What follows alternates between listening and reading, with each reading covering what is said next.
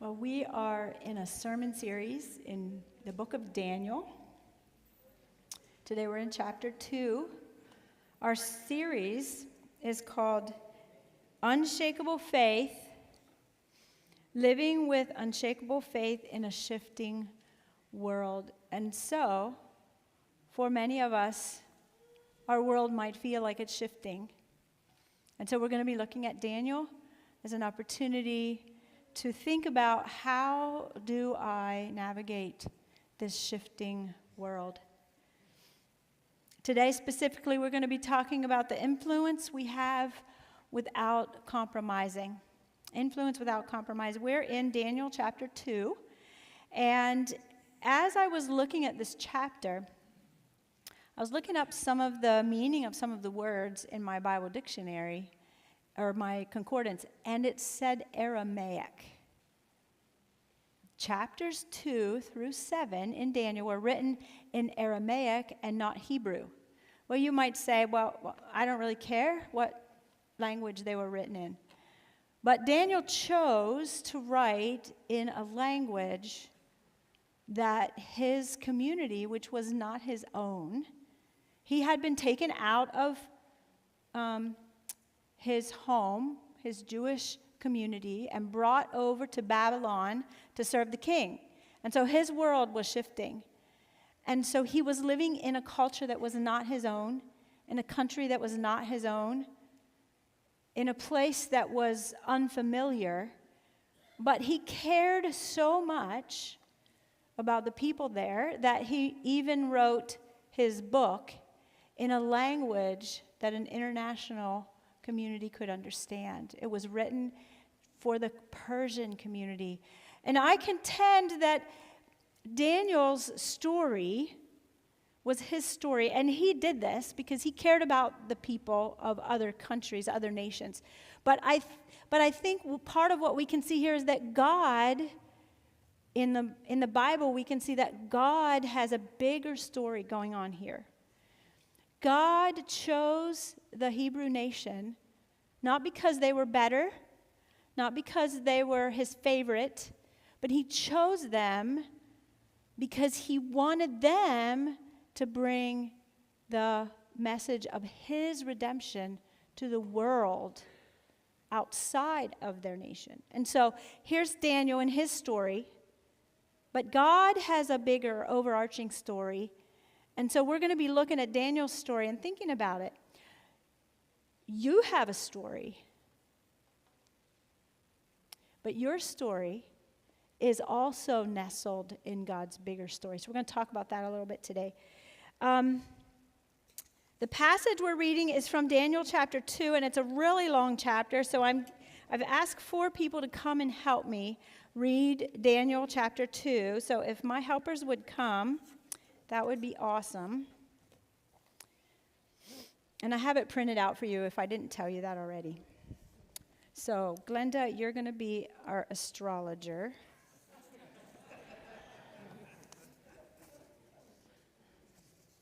Here we go. All right. And you'll read the color. You are going to be King Nebuchadnezzar, and we're going to get you a crown.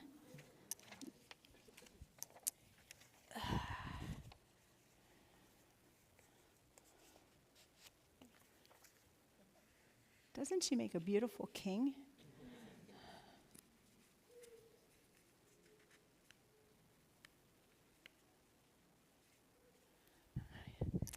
And you will be Daniel, and Andrew will be our narrator. So we're going to start in Daniel chapter 2, verse 1, and we're going to read most of the chapter. We're going to skip a little bit in the middle.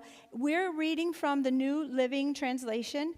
And so let me have you come over here, and the 3 of you can share one mic, and the narrator will get the other mic, because I think you're talking about every other person. So Test. We good? Yep. Daniel 2. One night during the 2nd year of his reign, Nebuchadnezzar had such disturbing dreams that he couldn't sleep. He called in his magicians, enchanters, sorcerers, and astrologers. He demanded that they tell him what he had dreamed. As they stood before the king, He said, I have a dream that deeply troubles me. I must know what it means. Then the astrologers answered the king in Aramaic. Long live the king. Tell us the dream, and we will tell you what it means. But the king said to the astrologers, I am serious about this. If you don't tell me what my dream means, you will be torn limb by limb, and your houses will be turned into heaps of rubble. But if you tell me what my dreaming means, I will give you wonderful gifts and honors. Just tell me what it means. Then they said, Please, your majesty, tell us the dream, and we will tell you what it means. the king replied, I know what you're doing. You're stalling for time because I know I'm serious. When I say, if you don't tell me the dream, you are doomed, you have conspired to tell me lies, hoping I will change my mind. But tell me the dream, and then I will know that you can tell me what it means. The astrologers replied to the king, No one on earth can tell the king his dreams, and no king, however great and powerful, has ever asked such a thing of any magician, enchanter, or astrologer. The king's demand is impossible. No one except the gods can tell you your dream, and they do not live here among the people. The king was furious when he heard this. He ordered that all the wise men of Babylon be executed. And because of the king's decree, men were sent to find and kill Daniel and his friends. When Arioch, the commander of the king's guard, came to kill them, Daniel handled the situation with wisdom and discretion. He asked Arioch, Why has the king issued such a harsh decree? So Arioch told him all that had happened. Daniel went at once to see the king and requested more time to tell the king what the dream meant. Then Daniel went home and told his friends, Hananiah, Mishael, and Azariah, what had happened. He urged them to ask the God of heaven to show them his mercy by telling them the secret, so they would not be executed along with the other wise men of Babylon. That night, the secret was revealed to Daniel in a vision. Then Daniel praised the God of heaven. He said, Praise the name of God forever and ever, for he has all wisdom and power. He controls the courses of world's events. He removes kings and sets up other kings. He gives wisdom to the wise and knowledge to the scholars. He reveals deep and mysterious things and knows what lies hidden in darkness, though he is surrounded by light. I thank and praise you, God of my ancestors, and for you have given me wisdom and strength. You have told me what he has asked of you and revealed to us what the king demanded. Then Daniel went in to see Arioch, whom the king had ordered to execute the wise men of Babylon. Daniel said to him, Don't kill the wise men. Take me to the king, and I will tell him the meaning of this dream. Arioch quickly took Daniel to the king and said, I have found one of the captives from Judah who will tell the king the meaning of his dream. The king said to Daniel, also known as Belshazzar, Is this true? Can you tell me what my dream means? Daniel replied, There are no wise men, enchanters, magicians, or fortune tellers who can reveal the king's secrets.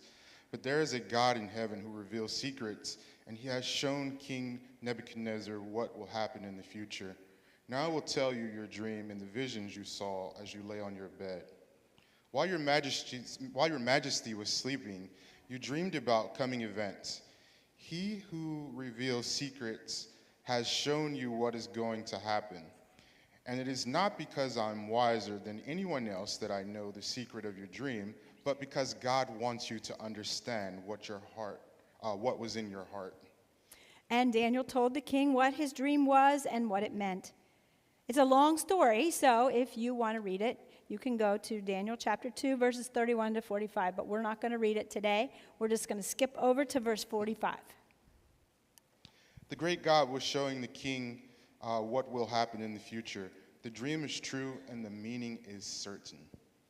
Then King Nebuchadnezzar threw himself down before Daniel and worshipped him, and he commanded his people to offer sacrifices and burn sweet incense before him. The king said to Daniel, Truly, your God is the greatest of gods, the Lord over kings, of a revealer of mysteries. For you have been able to reveal the secret. Then the king appointed Daniel to a high position and gave him many valuable gifts. He made Daniel ruler over the whole province of Babylon, as well as chief over all his wise men. At Daniel's request, the king appointed Shadrach, Meshach, and Abednego to be in charge of all the affairs of the province of Babylon, while Daniel remained in the king's court. Thank you.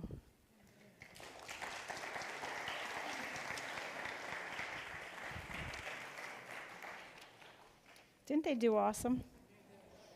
It's almost like a play. Thank you so much for your help. Well, there's a lot we can learn from this story. So how did Daniel live without compromise? Well, the first thing Daniel did was, in verse 14, it says, he handled the situation with wisdom and discretion. Now, as we heard, his life was being threatened, and he could have responded in really strong, difficult ways, but he chose wisdom and discretion. Wisdom is the practical use of holy information. It's a divine response. So God had given Daniel, we learned last week that he gave Daniel special wisdom and special abilities to know what dreams are. And so Daniel used the wisdom that God gave him. He asked the king for more time. He really stuck his neck out by going to the king. He could have run. He could have yelled at the messenger. He could have thrown something through a window, but he didn't. He used wisdom and discretion. Discretion is not flying off the handle. It means you take the emotion of an event and you bring the temperature down. So instead of like, ugh, he just relaxed and let God speak to him, and he used the wisdom that God had given him. Do you ever have something happen to you when you want to run? Or maybe you want to throw something or hit something, or you're not that like aggressive, you're just shut down. Just shut down. Or you yell at somebody. These types of responses, when we're not in the heat of the moment, these types of responses, do they really help the situation?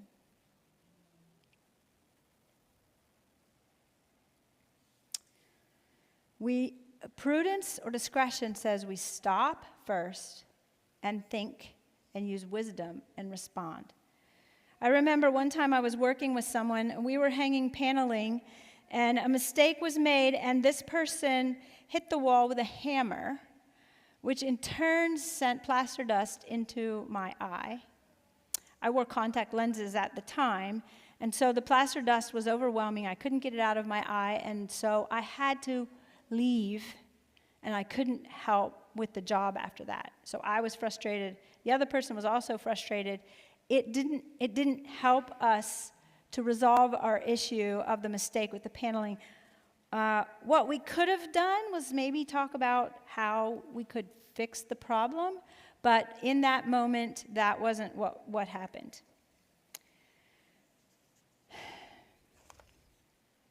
The second thing Daniel did, so he relied on wisdom from God, and he used it. The second thing he did is he went to prayer. He went home to pray, we're told in verse 17 and 18. So his first response was to go to God. After he talked to the king and he was wise, he went to God in prayer. Do we turn to God first when something happens? Or do we use our prayer line as a last resort? Do we wait until something bad happens to talk to God? Or are we talking to God every single day so that when something bad happens, that's our initial, go-to response? How do we approach prayer? How do we approach that talking to God? Daniel also asked his friends to pray with him. So he went to God in prayer, but he also asked his friends to pray with him. Why might we want to invite a friend to pray with us in a situation? Well, we don't feel alone when we're going through something if we invite a friend to pray with us. I have a number of friends who were praying for me as I prepared this message today, and all of them told me the same thing this morning.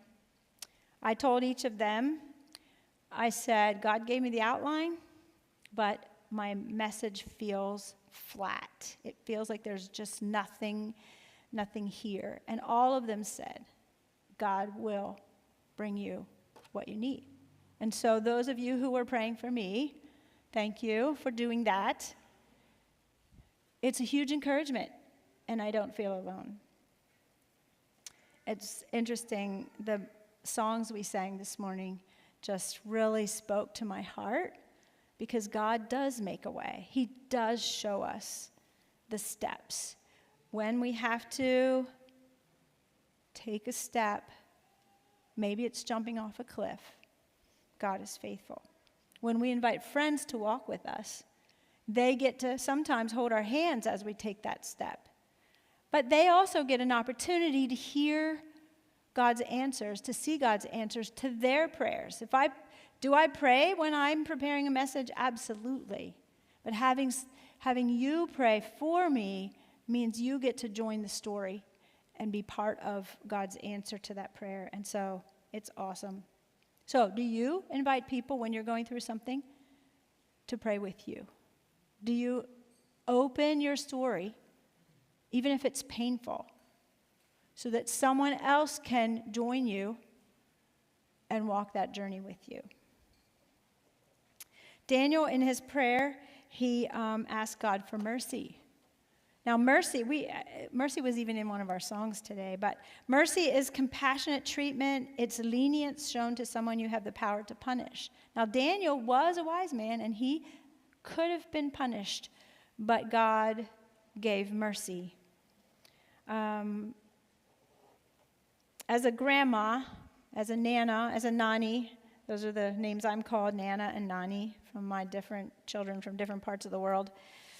When my grandkids do something they shouldn't do and they're in my care, if I ask them about it and they deny it or they keep doing it, I will send them on a timeout in the corner. If, however, when I ask them about it, they come and say, or even if I don't ask them and they come and say, Nani, Nana, I did this and I shouldn't have. Am I going to send them to the corner? I'm not. Because I'm going to praise them for coming and telling me the truth and admitting they're wrong and saying I'm sorry. I'm going to praise them for that. That's how God is. He's not standing to judge us and throw a hammer down. He's waiting for us to come to him. And then he lavishes his great mercy on us. He's waiting for us to come, and then he lavishes that great mercy. And so if you feel like he's going to, put the hammer down on you, just come to him, and he will lavish his mercy on you. Daniel also relied on the nature of who God is. He knew God was a merciful God. He relied on the nature of who God is. When we're facing difficulty, the way to stand strong and stable is not to conquer the difficulty. It's not to get rid of the enemy that might be causing us the difficulty. It's to rely on the nature of who God is, because he's the one who will help us in our struggle, and he's the one who will help us to be stable and strong in our shifting world. The third thing Daniel did, when he prayed, he began with praise. This prayer that he prayed, and I'm gonna read it again. He started out by saying, "Praise the name of God forever, for he has all wisdom and power." He was saying who he knew God to be. He started out by saying who he knew God to be. God is all powerful. God controls the course of the worlds. He removes kings and sets up other kings. He was acknowledging that this king, who was ordering his death, that God had put him there. And so he was acknowledging God's part in this, and he was saying, yeah.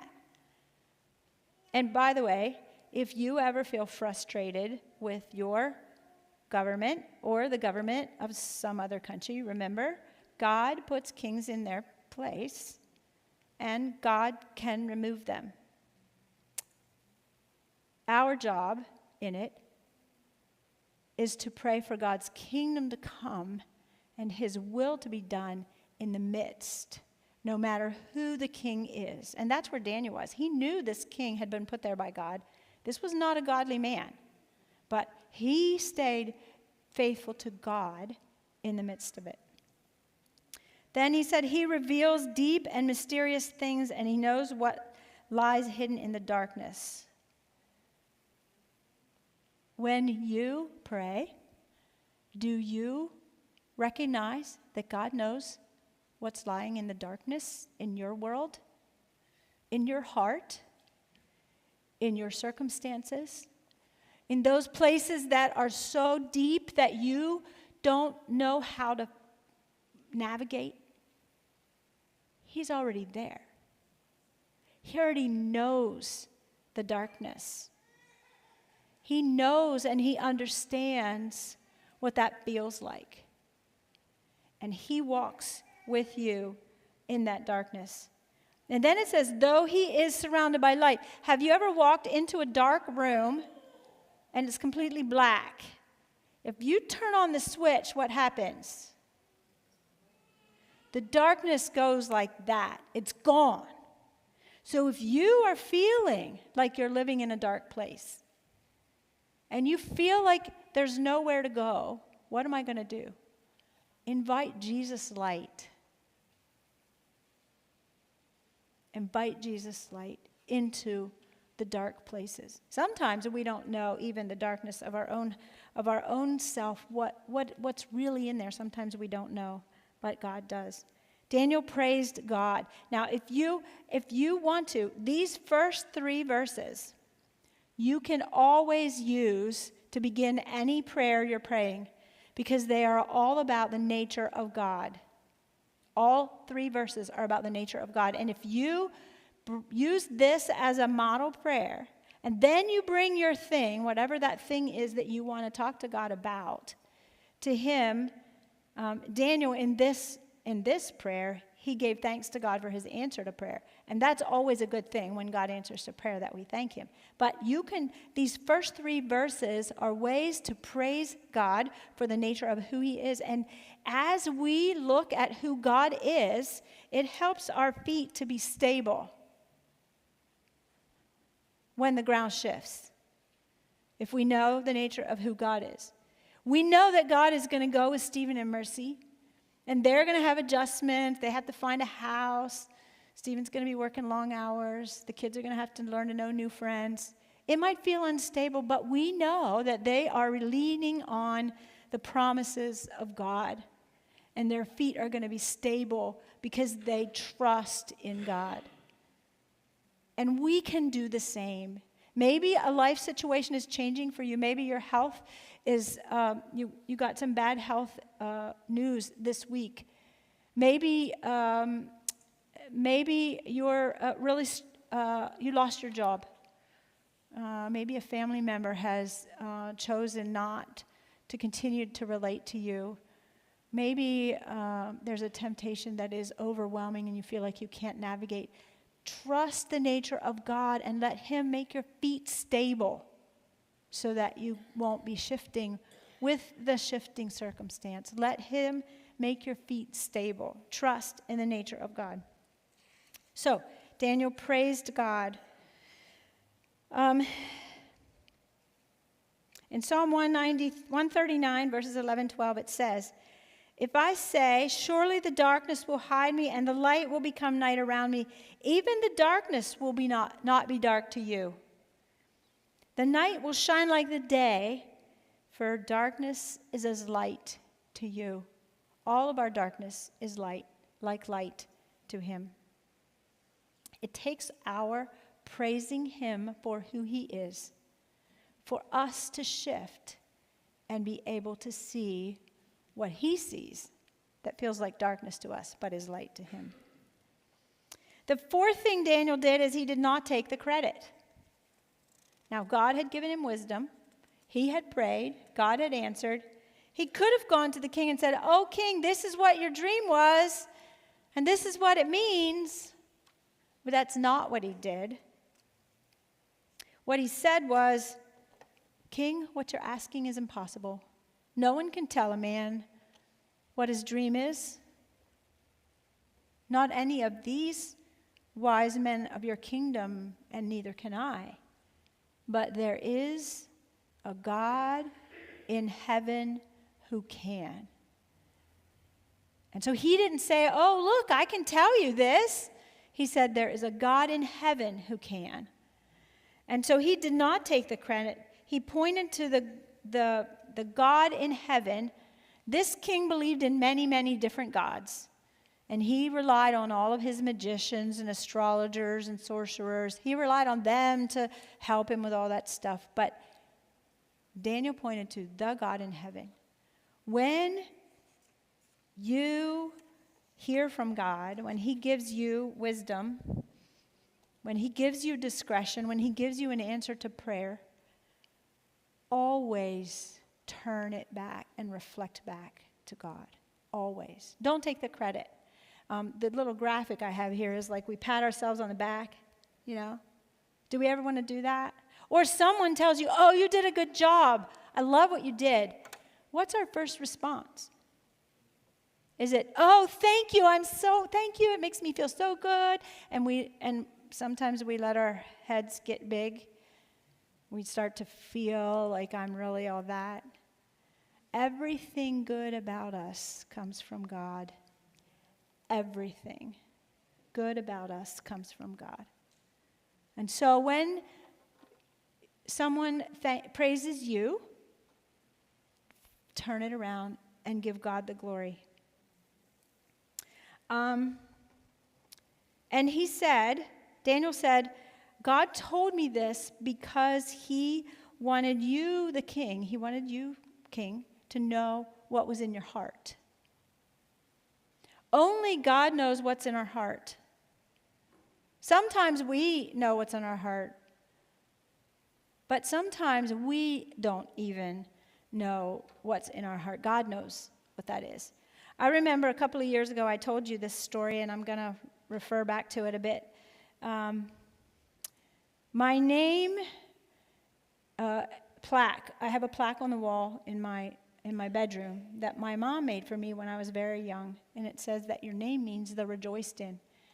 And I hated that plaque. Why I kept it there, I really don't know, but I hated it. Because I always felt like no one wants me, no one likes me. I was the bad kid growing up. I was the one who was always pushing the boundaries, making my parents frustrated. I got in trouble more than my siblings. And I always felt like no one rejoiced in me. In fact, I lived, believe it or not, I don't think I've ever said this out loud. I lived for a number of years telling myself that for some, I don't know how, but I had manipulated Ron into marrying me, that he really didn't want to, but I had somehow convinced him to do that.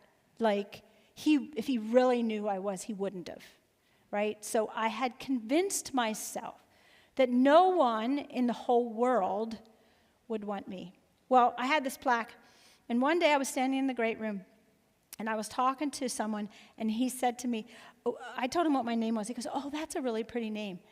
And I went, "My name means the rejoiced in, and all my life I have," and I stopped.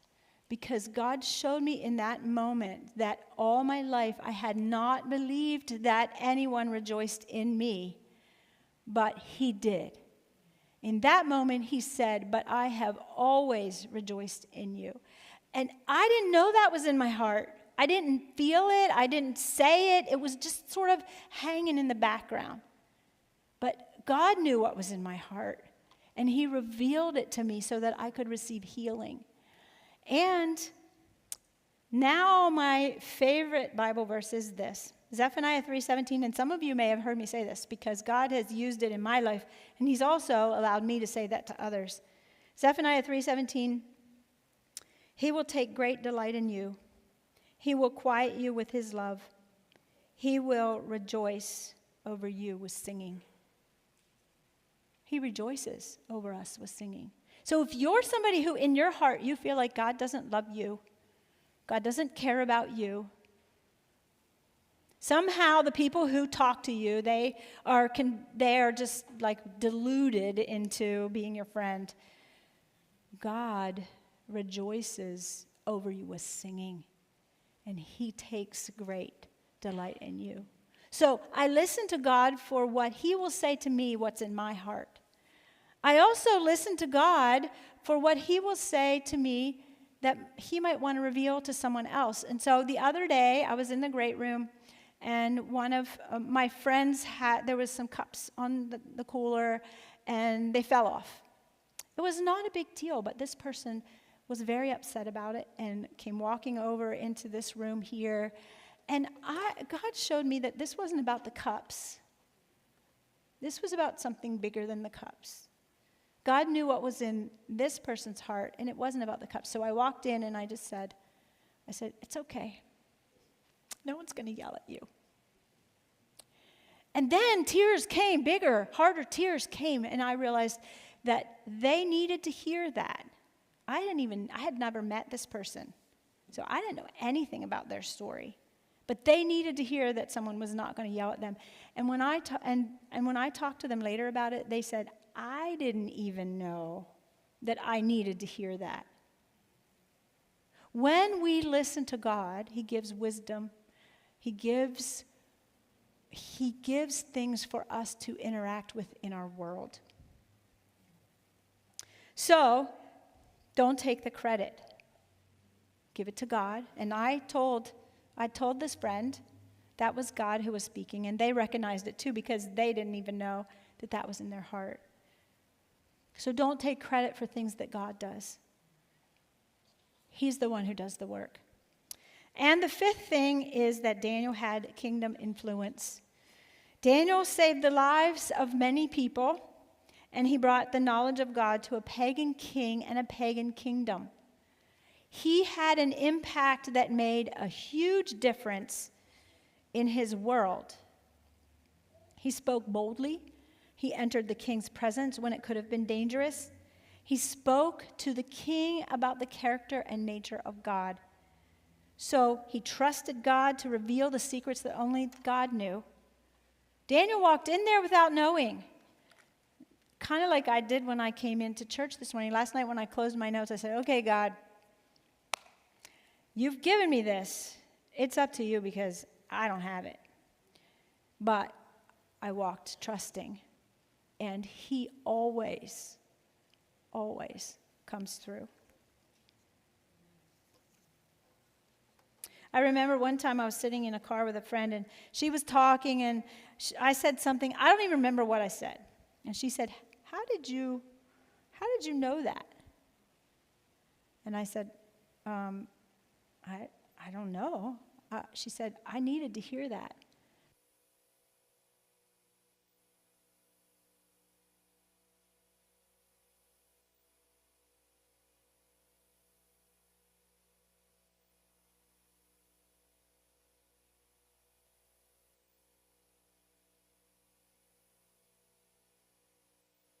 Do you want me to just use? Okay, I've got it. Okay. All right. Awesome guys in the back. Thank you.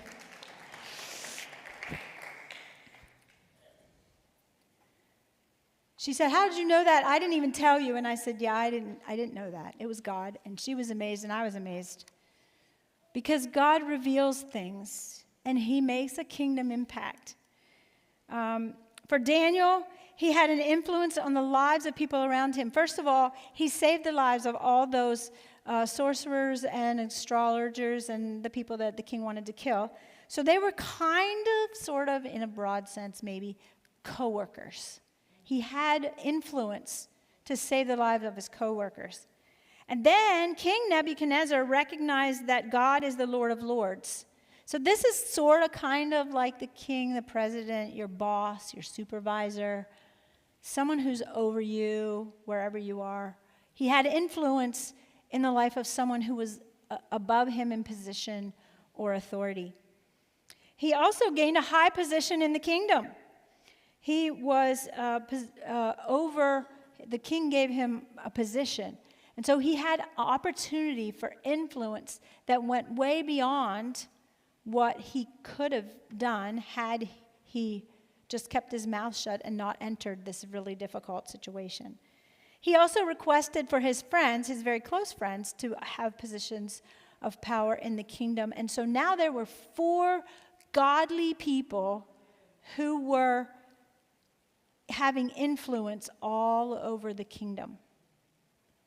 God was using not just Daniel up here in the echelon of the government, this pagan government, but he had 4 men who were following God in those places. When you have an opportunity for a position, do you invite other people to join you so that you're not by yourself? Do you ask them to also have a position, or do you like to just feel good about your own position? God gives us a position because he has a bigger story, a bigger perspective. Do you trust who God is enough that you're not afraid to stick your neck out in his name? Do you talk about who God is in the places where you are? It's not enough just to be, but sometimes we have to speak about the nature of God in our places of influence, and we can make a difference. My mom was in a restaurant this week. It's a restaurant they never had been to before, and the waitress came up, and she said, "Is your last name Musser?" And my mom said, "Yes." And she said, "You were my Bible school teacher." This woman, the waitress, is 61 years old.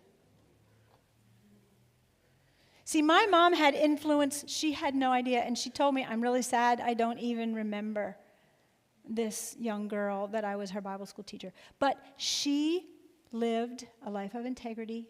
She spoke about Jesus. She leaned into what Holy Spirit was leading her, and she had influence that she had no idea.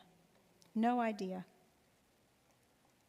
So, what are next steps we can take for us to have kingdom influence? Use the wisdom God gives you. Lean into God's wisdom. Ask him for it. He promises that if we don't have wisdom, we can ask and he will give it. Lean into God's wisdom. Number 2, don't fly off the handle when something happens. Stop. Ask Holy Spirit how to respond. Don't fly off the handle. 3rd, pray and invite others to pray with you. Make prayer your first response in every situation. Invite people to join you. Give others the opportunity to see their prayers answered when you pray together. And begin your prayers with praise, recognizing that praise will transform how we pray. Praise is more than saying thank you for what you did for me. That's not bad, but sometimes we can do that as our praise. But our praise is to acknowledge who God is. Acknowledge who God is. And then never take credit for the work God does. If we take credit for the work God does, we are in essence putting ourselves in God's place. So when God works, when he gives you wisdom, when he helps to transform your perspective, give him praise. Tell his story to others. It's his story, remember? We tell his story to others, and they will be impacted. The wisdom God gives us is not for us to do with as we please. It is for us to share with others and to give God glory. And lastly, use your opportunities for kingdom impact. Use your opportunities for kingdom impact. Sometimes we think, oh, what I do, what I say, is not a big deal. Nobody really cares. Somebody does care. Somebody around you cares. Somebody in the row that you're sitting in or in front of you or behind you. People care how you respond to them. And you can have kingdom impact. You can have kingdom impact. I remember when I was a bus driver, it was a disaster my first year of driving bus. I had a very old bus and it broke down, I think 10 times in 8 weeks or something like that. One of those times I looked at bus driving as an opportunity to be a missionary. That's how I saw it. This is my opportunity for kingdom influence. And so one day when the bus broke down, we were sitting in the bus waiting for another bus to come. And these two kids in the front row were working on their homework, and they needed help. So I got out of my seat and went back and sat between them, and I was helping them do their homework. It was just, what I was doing. And God showed me later, you were having kingdom impact there. What bus driver sits in a bus seat doing homework with their kids? It was a little thing. It really wasn't very much. I wonder today whether that brother and sister remember me sitting in the seat with them. I don't know. But we have opportunities for kingdom impact in ways we have no idea. People look up to you, whether you know it or not. It doesn't matter how old you are or how young you are. People look up to you. The people that you interact with, you make a difference in their life. Make it a kingdom difference. Make it a kingdom difference.